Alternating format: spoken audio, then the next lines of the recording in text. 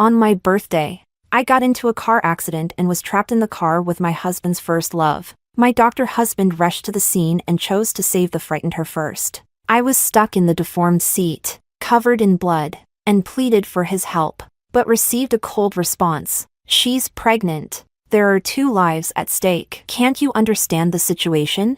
Later, his heroic act of saving her was recorded by a bystander and quickly uploaded online, garnering countless blessings. His friends all treated me as a joke, holding the video to my face with ill intent, taunting, "Margaret, you won't be that petty, right?"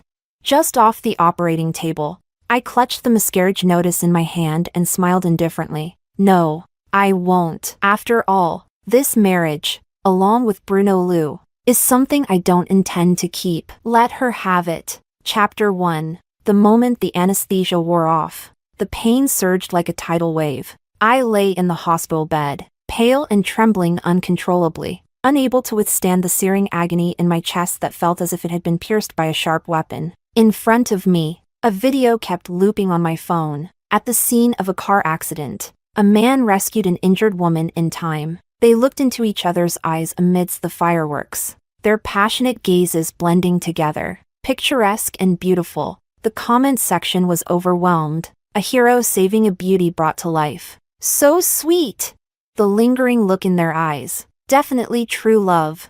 Crying. Handsome man and beautiful woman, they should be locked together with a lock. I'll swallow the key. Everyone praised them as a perfect match. If that hero wasn't my husband, Bruno, and if I wasn't the unconscious one at the scene of the accident, I could have calmly offered my blessings too, self-destructively pulling the progress bar repeatedly. I held back for a long time but still couldn't stop the tears from falling embarrassingly. Today is my birthday. Bruno had promised to celebrate it with me, but Camille just said, "Bruno, my stomach feels a bit uncomfortable," and he turned around to pick her up without a second thought. To rush to the hospital in time, he anxiously stepped on the accelerator, causing an accident halfway. Because of Bruno's timely protection, Camille was only frightened. I, however, crashed into the car door due to his sudden turn and was trapped in the deformed back seat. Unable to move, my lower body suddenly bled profusely, and the sharp pain in my lower abdomen caused me to lose consciousness. When I struggled to call for his help, I received a cold response. "Millie is pregnant. 2 lives. Margaret, can't you be more sensible at a time like this?"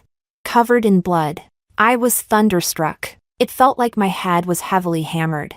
Blanking out, through my blurred vision, he ran towards Camille without looking back. I heard him tell her not to panic, that he was there. His tone was gentle, with an imperceptible tremble. He was so afraid Camille might get hurt. Smelling the nauseating gasoline, I completely passed out. Fortunately, I survived, but at a terrible cost. Gently stroking my aching lower abdomen, I smiled self-deprecatingly and turned off the looping video. For a moment, it seemed meaningless, awakened again in the middle of the night by the pain. I couldn't bear it and got up to ask for some painkillers, but I bumped into Bruno in the corridor. Despite it being after work hours, he was still in his white coat, the hem disheveled, and his face weary. I calmly asked him, "Were you with Camille?" Bruno looked at me expressionlessly. "Margaret, I don't have time for your nonsense." He said it so calmly and steadily, without the slightest guilt of lying, but he couldn't hide the strong scent of gardenia all over him. That was Camille's favorite perfume. How intimate must they have been for the scent to cling so stubbornly?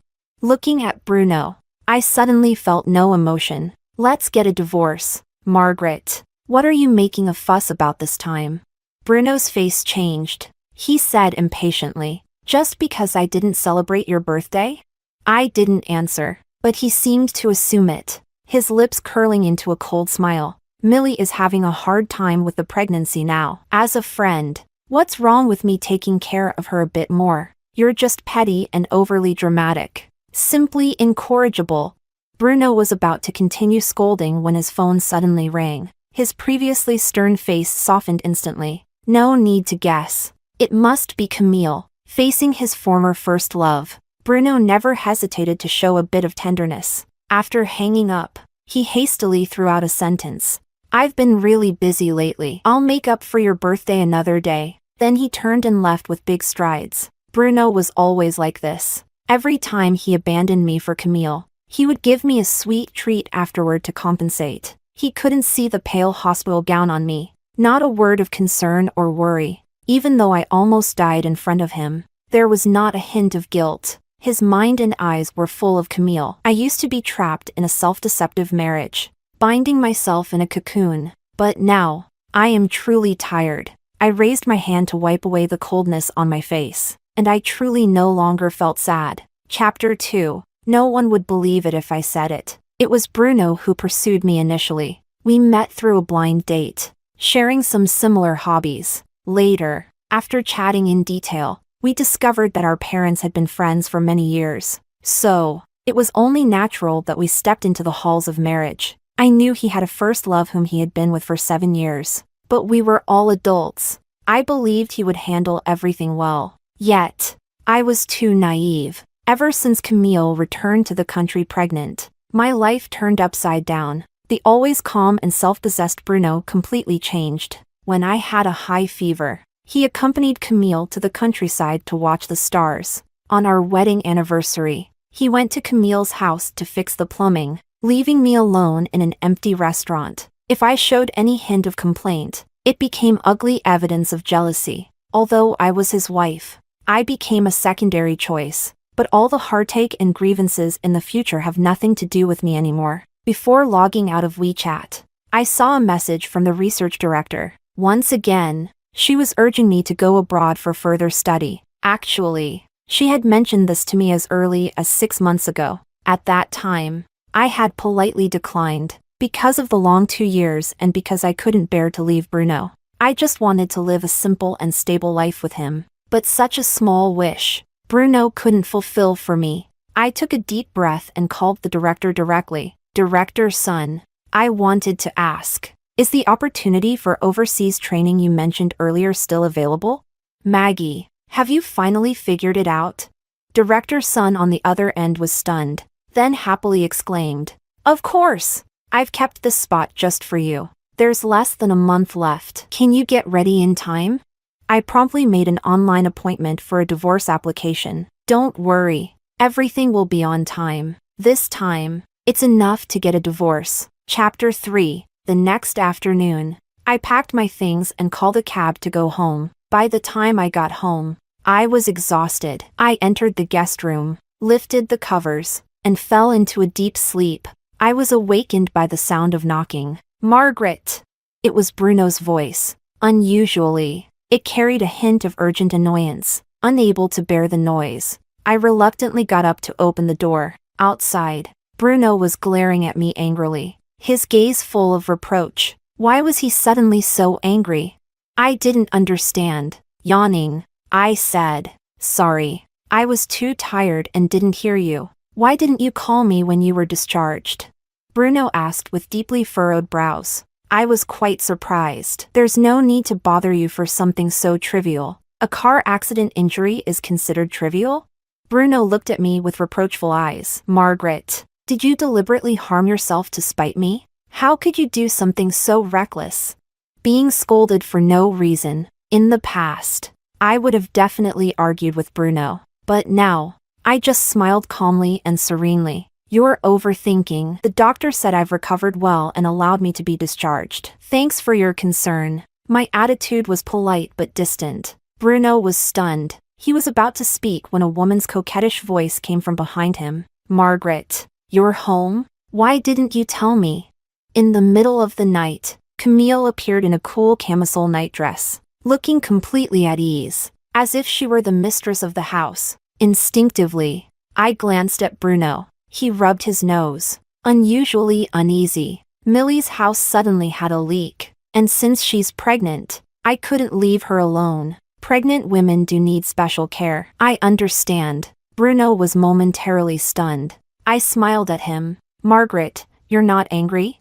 I chuckled. Helping friends is normal, especially since she can't be alone right now. And you're a doctor. It's your expertise. Hearing this, Camille's expression changed slightly, and Bruno looked utterly incredulous. I waited a while, Seeing him still standing there, I turned to go back to sleep, but Bruno suddenly grabbed my hand. No, Margaret. I know you must be angry. Now it was my turn to be stunned. I saw Bruno press his lips together. You didn't react like this before. I couldn't help but recall the past. Whenever Camille called, he would always go to her, never missing a call. We had countless arguments over this. I had cried, raged, and even scratched his face hysterically like a madwoman, but he remained unmoved. He would even scold me back. A person with a dirty heart sees everything as dirty. But now, facing these two again, I felt no emotion at all. I didn't love him anymore.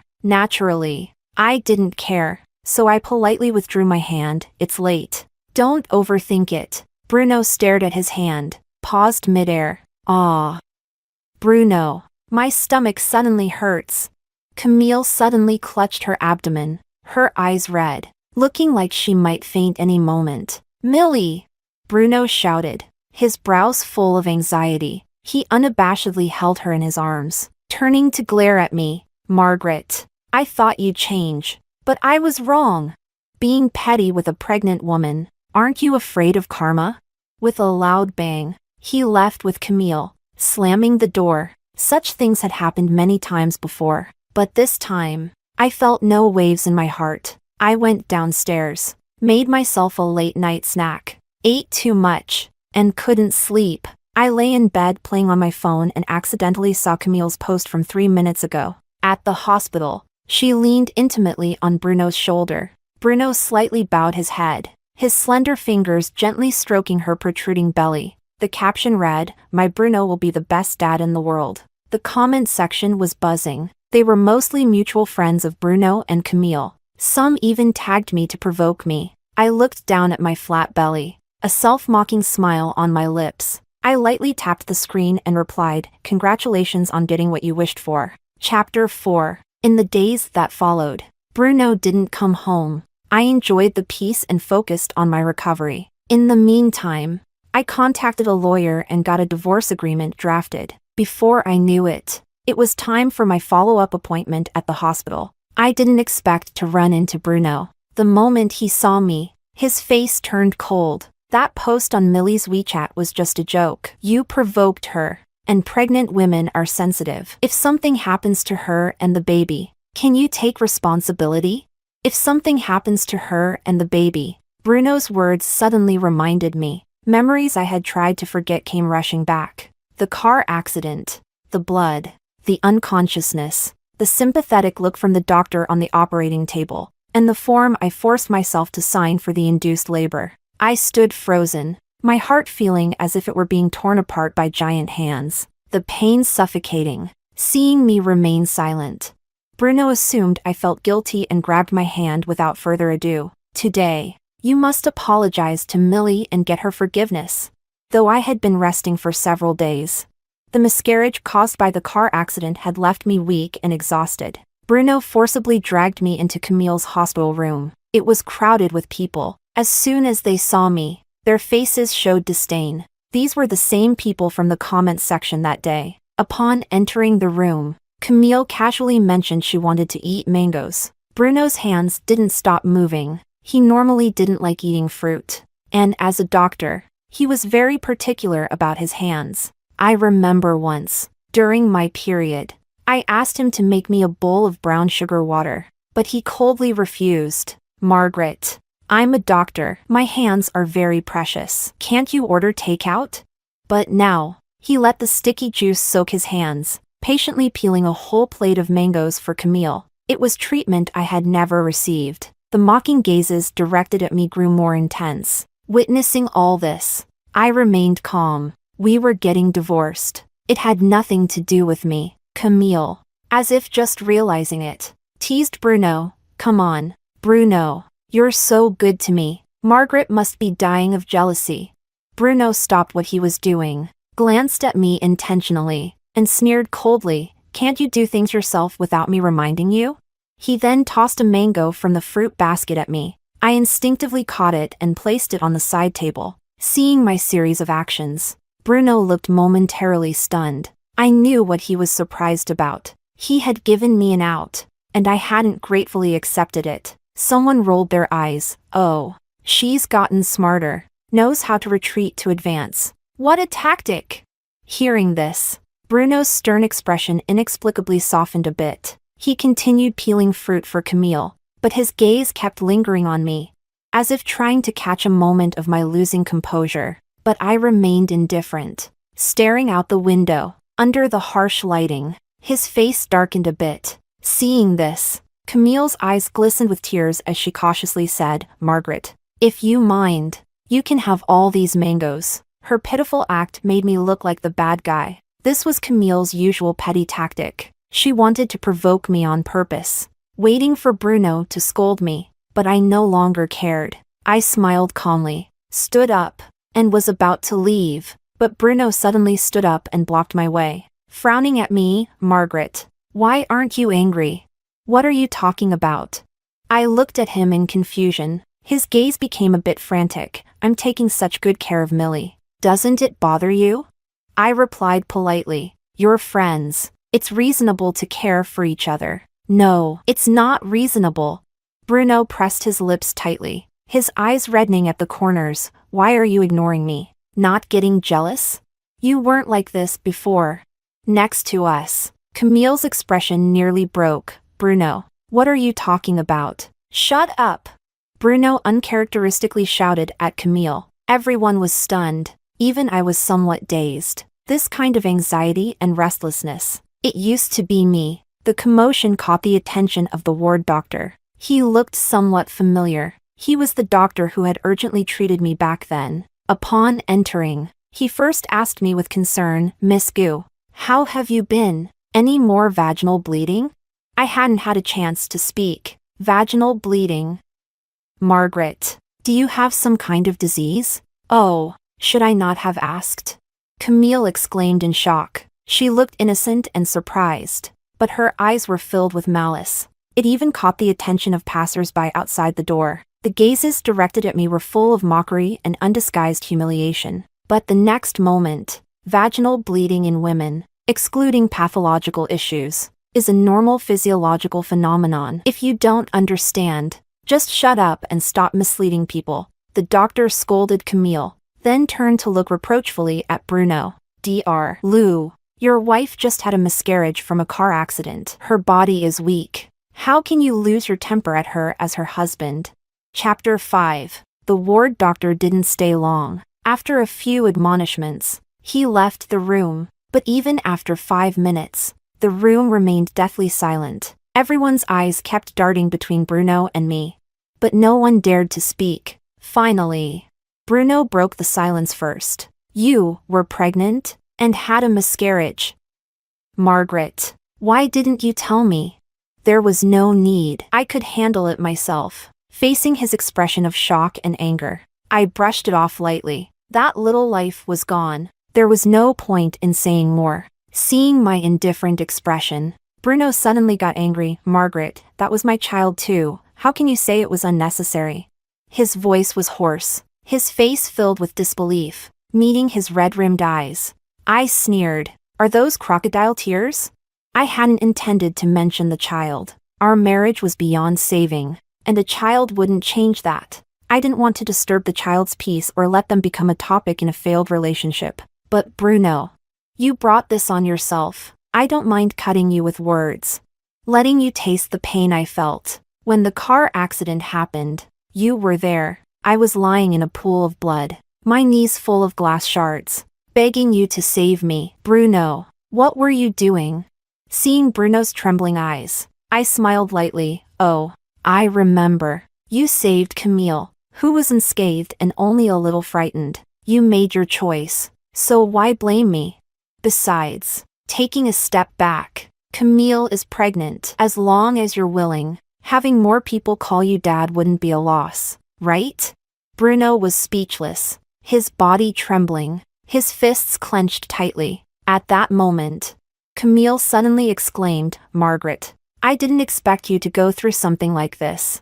As a mother myself, I know how painful it is to lose a child. You must be very sad about your miscarriage." She gently stroked her protruding belly, a seemingly sympathetic expression hiding a clear smile. As compensation, why don't you become the godmother of my baby? Bruno cares so much about this baby. Whenever I feel uncomfortable, he gets extremely worried. If you treat this child as your own, it might ease your pain of losing yours. I always knew Camille was shameless, but I didn't expect her to be this vile. Her words ignited a long-dormant anger in me. I walked up to her bed, raised my arm high, and slapped her hard. Caught off guard, she stumbled onto the bed, holding her face in disbelief. I used to ignore you because a fly won't land on an egg without cracks. Bruno couldn't control himself. I'm not someone who teaches wives or enjoys dealing with mistresses. Your repeated provocations are childish, but you should never have insulted my child. If it happens again, it won't be solved with just a slap.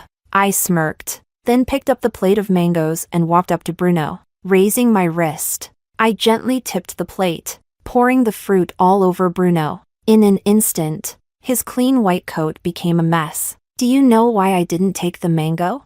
I wiped away the mockery in my eyes and looked at Bruno, speaking each word clearly, because I'm allergic to it. I had a reaction in front of you on our first date. If you can't even remember what your wife eats, don't pretend to care. Enjoying the sight of his suddenly pale face, I laughed heartily. Stop being so hypocritical, Dr. Lou. Chapter 6. Before leaving, I casually left the divorce papers behind. Then I went for my follow-up appointment. Bruno, surprisingly stubborn, insisted on accompanying me. I don't accept the divorce. I'm your husband, Margaret. I have that right. I didn't bother arguing with him, prioritizing my health. After the examination, the attending doctor said I was recovering well. Hearing this, Bruno let out a sigh of relief, showing a relieved expression. He then took the initiative to pay the bills and get the medication. I watched coldly. I wasn't going to refuse free labor, even when I was about to call a cab home. He insisted on driving me. Margaret, given your condition, I'm worried. He glanced at me cautiously, as if I were a fragile porcelain doll needing careful handling. Before I could respond, an elderly lady passing by suddenly called out to him, Dr. Lou, it really is you. Dr. Lou. Seeing Bruno's surprised look, she smiled even more warmly. Don't you remember me? I was your patient when your wife was pregnant and hospitalized. I was in the bed next to hers. Oh my, I've never seen a man as wonderful as you, Dr. Lou. Despite your busy schedule, you always found time to be with your wife, serving her tea, massaging her cramping legs. It made me so envious. I hope my daughter finds a husband as caring as you when she gets married. The lady rambled on. Bruno was initially stunned, then looked at me in panic. His face was full of fear and anxiety. I listened calmly, feeling the weight of Bruno's meticulous care for Camille. After chatting for a good 5 minutes, the lady finally noticed me standing there. Oh, is this one of your patients, Dr. Lou? Oh, I'm so sorry for holding you up. I smiled but said nothing, not wanting to be associated with Bruno. We would soon be strangers after the divorce, but for some inexplicable reason, Bruno grabbed my hand, telling the lady earnestly, No, this is my wife. Oh, your wife. Wait, your wife.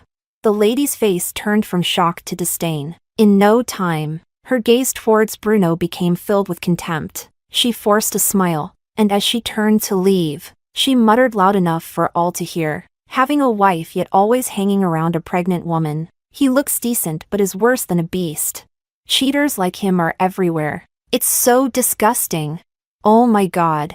I wished for the wrong thing. My daughter will definitely find a faithful man, not someone like this. Ugh. I couldn't understand Bruno's behavior. Why create trouble for himself? Was he insane? Still, he insisted on driving me home personally. You just had a miscarriage. You need to take good care of your body, or you'll suffer long-term effects. Seeing his serious attitude, I nonchalantly agreed. Whatever. A free driver is a free driver. Bruno told me to wait at the hospital entrance while he fetched the car from the parking lot. Before leaving, he tightly gripped my hand. Wait for me 5 minutes, okay? His usually cold eyes held a hint of pleading. I agreed, But after 10 minutes of waiting, there was still no sign of Bruno or his car. I glanced down, opened the ride-hailing app on my phone. 15 minutes later, I was safely home. As I sipped a warm cup of milk, the door opened again. Bruno appeared at the door, looking disheveled. He tightly pressed his lips together and looked at me. Just a little more time. Margaret, why didn't you wait for me? Chapter 7. Why didn't I wait for him? Good question. Flipping through the documents in my hand, I didn't look up. I did wait. You were late and broke your promise, but it was just a little more time. You went to see Camille, didn't you? I cut him off abruptly. Don't bother denying it. There's her lipstick on your collar. The mark was glaringly obvious. A blatant provocation. Camille had set the stage. Not fulfilling her plan would be a shame. Millie suddenly fainted, and I was worried something might happen to her. Bruno's face showed undeniable panic. There's really nothing between us. You misunderstood. His hoarse voice carried a hint of barely perceptible grievance, as if I had caused him great sorrow, but I was the one truly suffering. I laughed bitterly, feeling an indescribable rage. You feel wronged over such a small thing? But Bruno, the pain I've endured because of you goes far beyond this. When we got married, you tearfully promised to make me happy for a lifetime, without shedding a tear. But in reality, all the suffering and humiliation I've endured were brought by you. 2 months ago, during a heavy rain, you volunteered to pick me up, but halfway there, Camille called, and you left me on the roadside. I walked in the rain for 2 hours, got a bacterial infection, and ended up in the hospital. A month ago, during a business trip, I encountered a local riot. I was so scared. I took the earliest flight, 14 hours to get to you, seeking peace, only to find you hugging Camille, singing her a birthday song. A week ago, I was bleeding profusely, begging you to save me and our baby. I was so desperate. And what did I get in return? You took Camille and got on the ambulance without looking back. Not even a word of concern. If it weren't for the firefighters arriving in time, I would have died in that gasoline-soaked inferno, leaving no chance to hear your petty grievances. Clenching my fists, I couldn't help but shout at Bruno. Tell me, Bruno, what right do you have to complain to me? Bruno stood frozen, his lips trembling, trying to speak but failing to say anything. I took a deep breath, ready to leave, but Bruno suddenly grabbed my wrist. Margaret, I was wrong. I'm a bastard. You can hit me or scold me, but please, don't divorce me. During the car accident, I didn't know you were pregnant. I thought it was just a minor injury. We can have more children in the future. I'll take good care of you. Give me a chance to make it right, please? My response was a slap filled with all my hatred. Bruno, you're a real scumbag. I laughed mockingly, tears streaming down my face. So, even now, you haven't looked at my medical records. If you had, you'd know that I was hemorrhaging badly when you abandoned me. I went into cardiac arrest shortly after getting on the operating table. To save my life, the doctors had to replace almost all my blood and even remove my uterus. And now you hypocritically tell me we can have more children? How am I supposed to have children? With each of my accusatory words, Bruno's expression grew more frantic. By the end, he looked utterly devastated, as pale as a sheet. I scoffed. If you truly feel guilty, remember to sign the divorce papers quickly and give me more money in the settlement. Leaving these words, I couldn't care less about Bruno's reaction.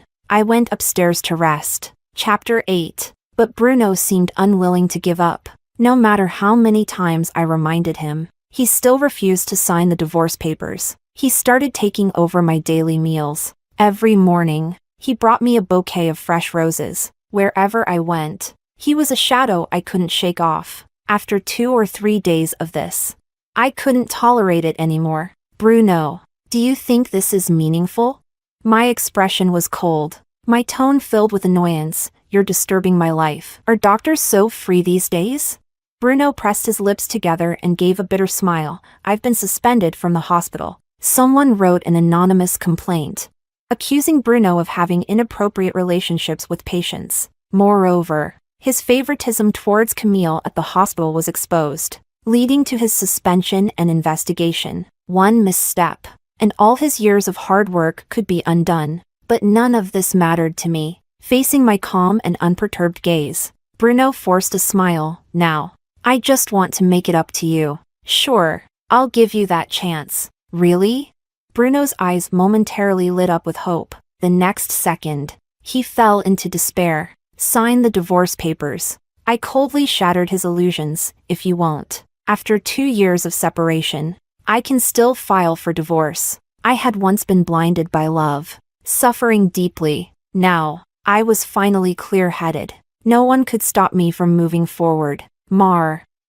Margaret, I know I hurt you deeply before, but I truly realize my mistakes. Can't you give me a chance to make amends? Bruno looked at me helplessly, his eyes full of regret. I stared at him indifferently. Can you give me back my child?